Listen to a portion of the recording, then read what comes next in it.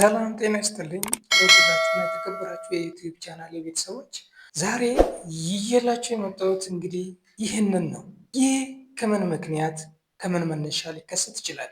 ኮፒ ማሽናችሁ አውትፑቱ ይህን ሲሆን ምንድን ነው መፍትሄው? መፍትሄውን መጨረሻው ላይ ይከታተሉ።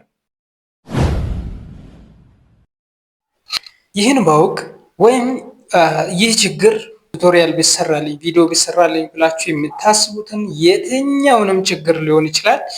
በኮፒ ማሽን፣ ፕሪንተር፣ ኮምፒውተር ላይ ያሉትን የትኛውንም ችግር ኮሜንት ሴክሽን ላይ ብታስቀምጡ እኔ ቪዲዮ እየሰራው ይለቅላችኋለሁ። እናንተ ደግሞ በነፃ ወይንም በሙያ ዘርፍ ያላችሁ ከሆነ ደግሞ ሙያችሁን ተጠቅማችሁ ብር የምታገኙበትን መንገድ እፈጥራለሁ ማለት ነው። ስለዚህ በኮሜንት ሴክሽን ላይ ሀሳባችሁን በነፃነት የማቀርባቸው ቪዲዮዎች ላይ ራሱ ችግር ካለ ሀሳባችሁን በነፃነት ብትገልጹልኝ እየተሻሻልኩ እያሻሻልኩ እሄዳለሁ ማለት ነው። አመሰግናለሁ። ዛሬም እንደተለመደው እናንተ ይጠቅማል ያሰብኩት ጥር ምጥን ያለች የሚጠቅማችሁን ሀሳብ ነው ይዤላችሁ። ስለዚህ ዋናውን ሀሳብ ለማግኘት የምክረ ሀሳቤ ጠቃሚ ፓርት ለማግኘት እንግዲህ እስከ መጨረሻ እንድትከታተሉኝ ከወዲሁ አሳስባለሁ።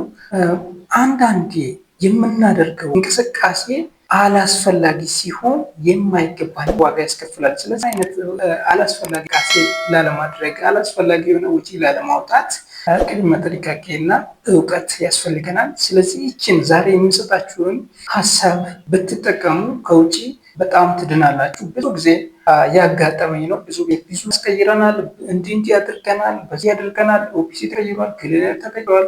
ያልተቀየረ ነገር የለም። ነገር ግን ማሽኑ ላይ ያለው በሽታ አልተቀየረም የሚል ሀሳብ ያስቀምጣሉ። ስለዚህ ምናልባትም እናንተም ከነዚህ ሰዎች እንደ አንዳቸው ልትሆኑ ስለሚችሉ ስለዚህ በደንብ ብትከታተሉ ተርፋላችሁ ብዬ ማስበው ፊት ለፊት ላይ ቀድሞ እንዳለ ሀሳብ ሳይሆን መጨረሻ አካባቢ ላይ ያለውን ሀሳብ በደንብ ለማድመጥ ሞክሩ።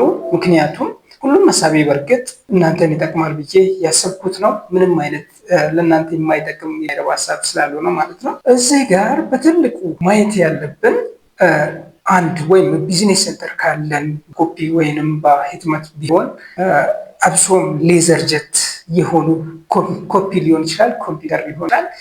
ቀለም የሚጠቀሙ ላይ ብዙ ጊዜ አፕላይ የሚያደርጉት ፕሬዠር ከሂት ጋር ጨምሮ ነው። ሙቀትን በፕሬዠር ነው ወረቀት ላይ የሚያጣብቁት ለምን ማለት ነው። ስለዚህ ሙቀትና ፕሬዠር ተጠቅሞ ማለት ነው። ስለዚህ በዚህ ሂደት ላይ ብዙ ጊዜ ምን አይነት ችግር ነው የሚከሰተው? አንደኛ ወረቀት ላይ የነበረው ጽሁፍ እኛ የሰጠነው ንጹህ ጽሁፍ፣ የሚታይ ጽሁፍ፣ ጥርት ያለው ጽሁፍ ኮፒ ስናደርግ ኮፒው ላይ ጭምልቅልቅ ብሎ ሊወጣ ይችላል። አሊያም ደግሞ ምንድነው ሊሆንብን የሚችለው?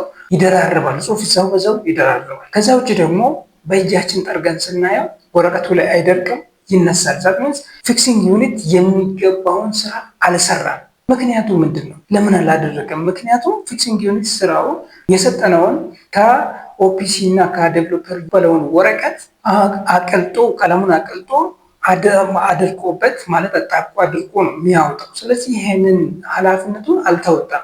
ለምንድን ነው ሳይወጣ ወረቀቱ የሚወጣው የሚለውን ነገር ማሰብ ያስፈልጋል። እዚህ ጋር ብዙ ጊዜ የምሬን ነው የምላችሁ ብዙ ሰዎች የከሰሩበት ነው። ብዙ መለዋወጫ ቀይሮ ምንም ያልተበላሸው መለዋወጫ ቀይሮ የደከሙበት ስለሆነ ነው። ይህን ሀሳብ ይዤላችሁ እንዳከስሩ ብር እንዳታወጡ ባለሙያ እንዳትጠሩ ስለምል ማለት ነው። ምክንያቱም ባለሙያ ስመጣ ጥሩ ብር ነው የምፈልገው። ስራው የጉልበት ስራ ስላልሆነ የአእምሮ ስራ እስከሆነ ድረስ ጥሩ እንዲከፈለው ይፈልጋል። ትንሽ የኛ አለማወቅ ለነሱ ትልቅ ገቢ ነው ማለት ነው። ስለዚህ ይሄ እንዳይሆን ቢያንስ ከፍ ከፍ ያሉ ነገሮች እናሰራ፣ አነስተኛ የሆኑ ነገሮችን ግን ራሳችን ብንሰራ፣ ባለሙያ የሆንን ደግሞ ልፋት ሳይጠበቅብን ለአበላብ ሳንሆን በቀላሉ ፊክስ አድርገን ብር የምናገኝበት ሜቴድ ሊሆን ይችላል። ወይም ምክር ሰጥተን ለምንወዳቸው ከስተመሮቻችን በዚሁ በነፃ አገልግሎት ሰጥተን ምክር ሀሳብ ሰጥተን ይህ ከዚህ የተነሳ ነው ብለን እርካታ ልናገኝበት የምንችልበት መንገድ ስለሆነ በደንብ ተከታተሉ። የዚህ ዋነኛው እና የመጀመሪያው ችግር ወደ 3 ችግሮች ነው ያሉት። የመጀመሪያው ችግር የኃይል ማነስ ነው። ኃይል ወደ ሂቲንግ ኤሌመንት በስርዓቱ እየደረሰ አይደለም ማለት ነው። ብዙ ጊዜ ማሽኖች ኃይል ሲያንሳቸው ኢረር ነው የሚያነቡት። ከዛ ባለፈ ግን ኤረር ከሚያነቡበት ሌቭል ላይ ሳይደርስ ቀርቶ ነገር ግን ማውጣት እየቻሉ ሲሆን ምንድን ነው የሚያደርጉት?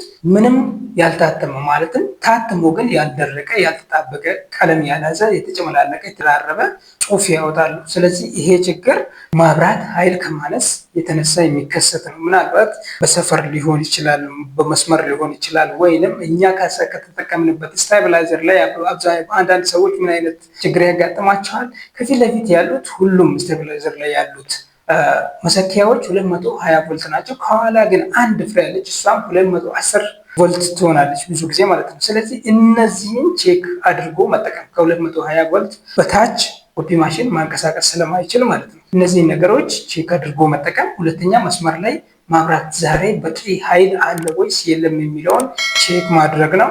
ከዚህ ቀጥሎ ሌላው ደግሞ ሂቲንግ ኤሌመንት የምንለው ይሄ ፓወር ተቀብሎ ሙቀት የሚሰጠው ክፍል ምን ችግር ያጋጥመዋል? አንዳንድ የመቃጠል ወይንም የመሰበር አደጋ ሊያጋጥመው ይችላል። ብዙ ጊዜ ለእነዚህ ደግሞ ኢረር ያበራል። ኢረር ባያበራ መስመሮቹ ከተቃጠሉ ግን እንደዚህ አይነት ኬዝ ሊኖር ይችላል። ይህንንም ቼክ ማድረግ ኃይል በስርዓቱ ካልደረሰ ማለት ነው፣ ሙሉ በሙሉ ካልተሰበረ ወይም ካልተቃጠለ ኃይል በተወሰነ መልኩ ሊያገኝ ስለሚችል ኢረር ላያነብ ይችላል። ስለዚህ እሱንም ቼክ ማድረግ። ሶስተኛ እና ሌላኛው ችግር ምንድን ነው? እንግዲህ ዋናው ችግር ማብራት ማነስ ነው፣ ኃይል ማጣት፣ ኃይል ማነስ ነው። ሶስተኛ ችግር ምንድን ነው? ፊውዘር ፊልም ከልክ በላይ ማለቅ። ማለቅ ማለት መቀደድ ሳይሆን ፊውዘር ፊልም በጣም ካገለገለ ምንድን ነው የሚሆነው? ይሳሳል። ይሳሳ ቀለም የመያዝ አቅሙ እየተዳከመ ሲሄድ እየደረበ ይሄዳል። ጽሑፍ የመደረብ ባህሪ ይኖረዋል። ስለዚህ እነዚህ ነገሮች ቼክ ካደረጋችሁ እንግዲህ ወደ ዋና የምንለው ሌቭል ላይ ከመድረሳችን በፊት ማለት ነው። ስለዚህ እነዚህን ቼክ አድርጉ። እነዚህ ካልሰሩ ባለሙያ ጥሩ ባለሙያ ከሆኑ ደግሞ ሌላ ምርምሮችን አድርጉ። አመሰግናለሁ።